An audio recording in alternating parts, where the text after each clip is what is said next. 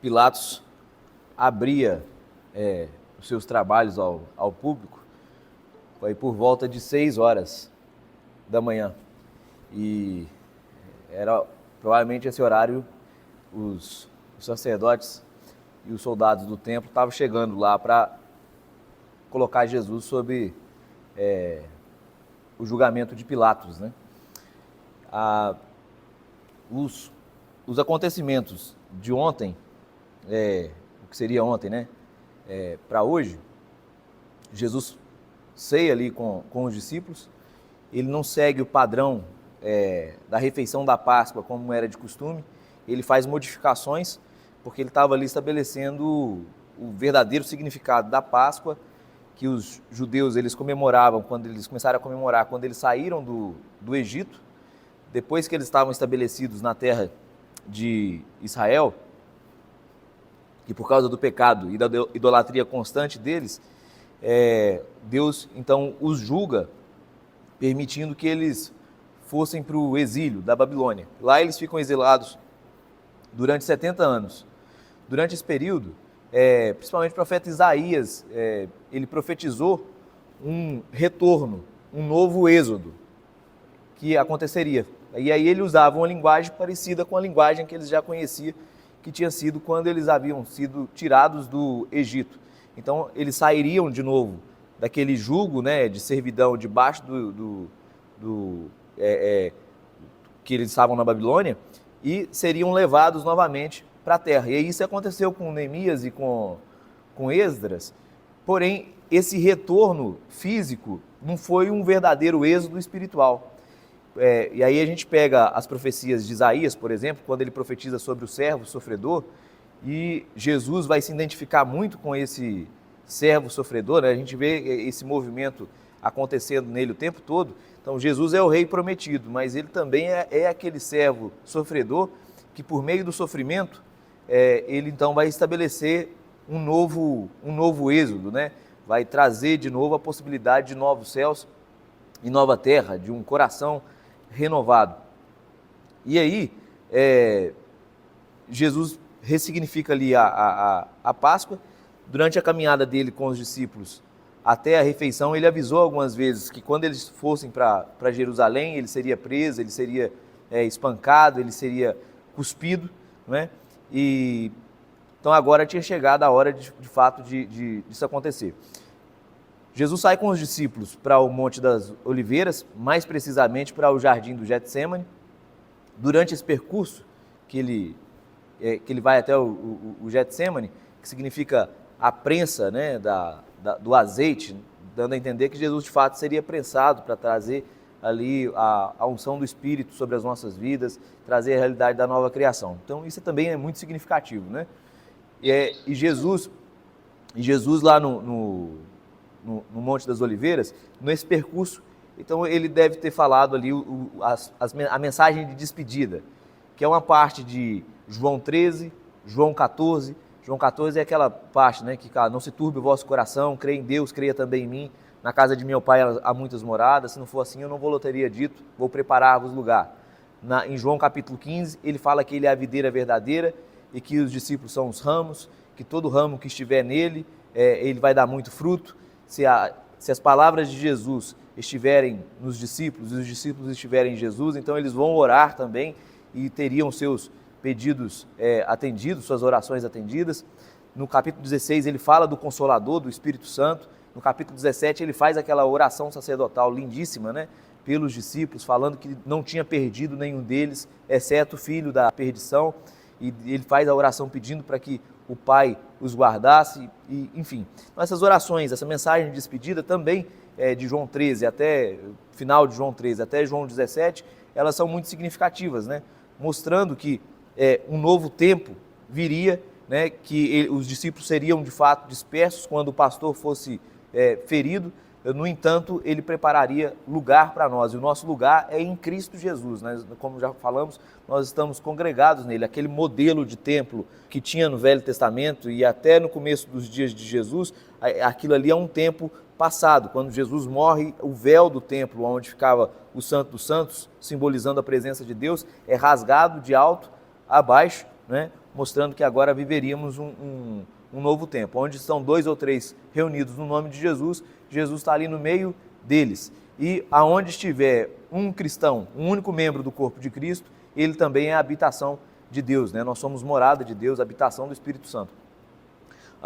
E aí ele começa a agonizar em oração, porque ali ele estava decidindo de fato, né? O peso do pecado começou a recair sobre ele, a ira de Deus em relação ao nosso pecado começou a ele sentir o peso dela e começa a agonizar em oração.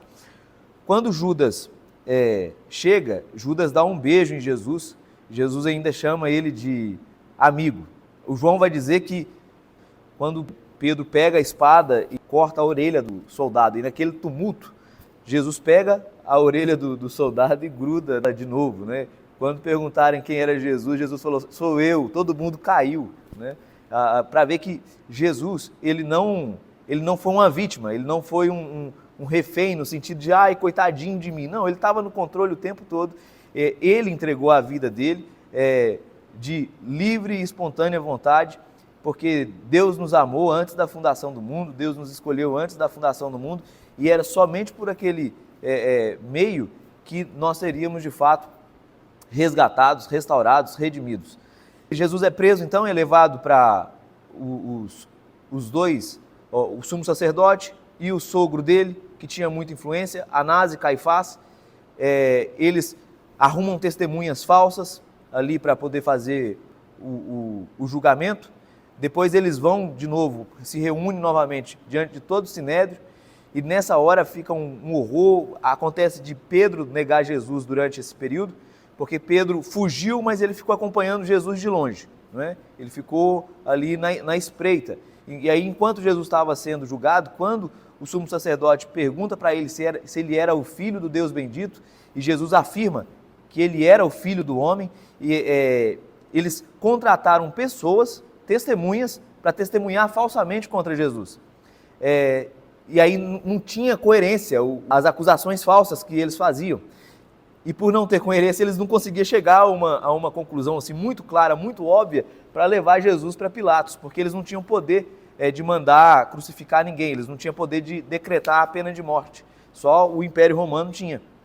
E aí, quando o sumo sacerdote pergunta se ele era o Filho do Deus bendito, e ele diz que ele era o Filho do homem, e que de modo semelhante, paralelo à acusação, ao julgamento falso que eles estavam exercendo sobre ele, um dia eles veriam ele mesmo voltar nas nuvens e julgar aqueles que estavam julgando ele agora. Só que agora eles beberiam do cálice da ira do Cordeiro, né? E aí, na hora que ele afirma que ele era, de fato, o sumo sacerdote rasga as vestes e falou assim, a gente não precisa de testemunha mais nenhuma. Nessa hora, eles, olha que cena cruel, isso eram as pessoas mais importantes de Israel, né? Esse grupo que estava julgando Jesus, que se chamava Sinédrio. Nessa hora, eles tampam o rosto de Jesus e começam a socar Jesus. E socava Jesus, cuspia nele e perguntava, profetiza agora, você não é profeta? Então profetiza, quem foi que te socou? Então Jesus foi espancado ali, cuspido, zombado e levado para Pilatos, por volta de 6 horas da manhã então, para poder ser julgado. Pilatos também não vê coerência no que eles estavam dizendo, e Pilatos viu que eles estavam arrumando uma encrenca, percebeu que eles estavam com inveja dele, não viu motivo nenhum para julgá-lo, e aí Pilatos resolve mandar Jesus para Herodes. Herodes estava na cidade, e Pilatos e Herodes já tinham um tempão que não se falavam. Nesse dia eles voltaram a se falar. Herodes olha para Jesus e vê em Jesus simplesmente um cara que conhecia a fama de Jesus, que era um milagreiro, chega lá, fica zombando de Jesus, não vê nele, né, nenhuma glória, nenhuma aparência, nenhum poder para poder fazer coisíssima nenhuma, era a ovelha muda, né? E ele pega, então, não vê nada, fica pedindo, zombando de Jesus e pedindo para Jesus fazer algum milagre. Jesus ficou em silêncio o tempo todo, não abriu a boca. Deve estar ficando doido, então devolveu Jesus para Pilatos. Quando ele devolve Jesus para Pilatos, já tinha toda uma revolução, uma rebelião armada. Pilatos temia que acontecesse alguma rebelião, ele temia também pelo cargo dele, tenta negociar Jesus soltando um bandido, mas as pessoas preferem Barrabás, e então ele manda aí como tentativa açoitar Jesus, e aí é um açoite muito severo também. Aí nessa hora Jesus começa a ser escarnecido também, zombado pelos soldados romanos, ele recebendo ali o seu flagelo, recebe a coroa de espinhos, devolvem ele para Pilatos, e eles querem a todo custo o sangue de Jesus, a culpa de Jesus. Pilatos lava as mãos e o povo diz que caia a culpa dele, então, da morte dele, sobre nós. Então, por volta de 9 horas da manhã, Jesus é condenado, e aí colocam a cruz sobre os ombros dele, ele pega a via crucis e sobe até o Gólgota, carregando a cruz. Por volta de meio-dia, ele é levantado no madeiro, trevas cobrem a terra, e às 3 horas da tarde, o nosso Senhor diz: Pai, nas tuas mãos entrego o meu espírito, e morre. Nessa hora há um terremoto, né? E a terra se... João chega a dizer que alguns mortos são ressuscitados nesse momento, o véu do templo, então, é rasgado. Isaías 53, que é o capítulo assim, das Escrituras que narra muito bem esse episódio, quero ler ele. De Isaías 40 até Isaías 64, 66, está ali falando sobre o servo sofredor, né? E aqui, esse servo sofredor que traria um futuro glorioso para o povo de Deus é mencionado, né?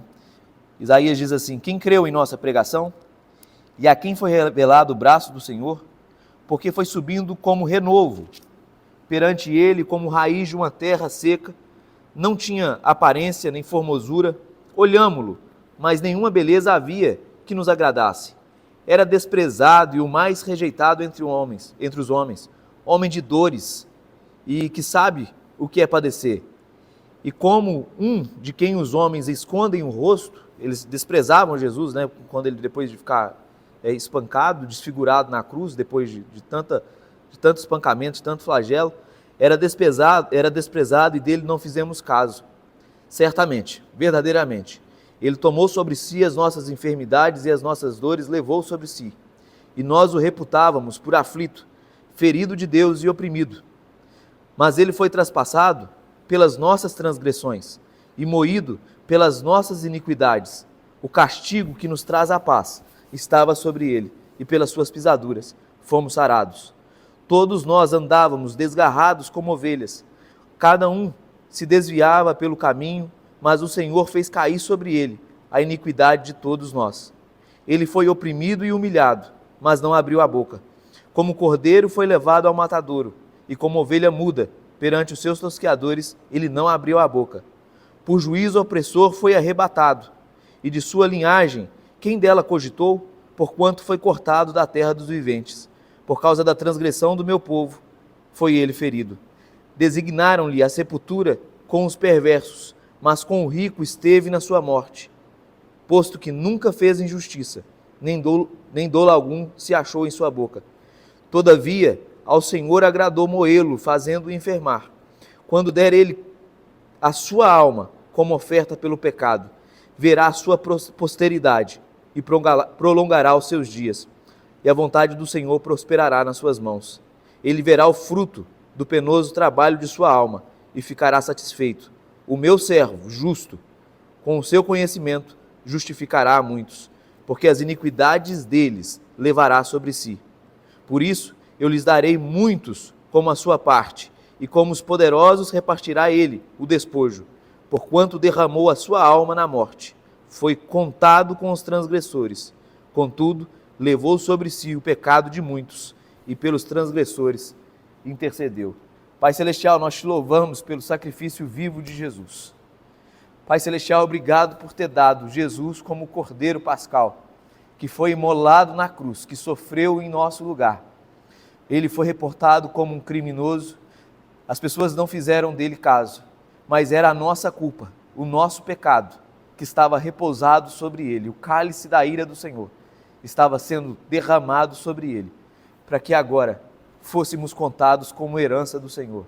Obrigado, Jesus, por tanto amor, por tanta paixão que o Senhor tem por nós.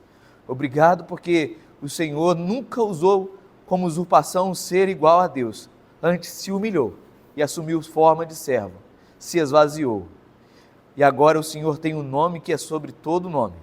E em breve, toda língua confessará que Jesus, que o Senhor, é o Rei soberano sobre todo o universo. Obrigado pelo privilégio de, desde já, podermos confessar com os nossos lábios: Tu és o Senhor da nossa vida. Ninguém nos amou como o Senhor. Nós te louvamos, nós te agradecemos por pagar a dívida do nosso pecado, nos perdoar e nos adotar para Deus. Em nome de Jesus. Amém.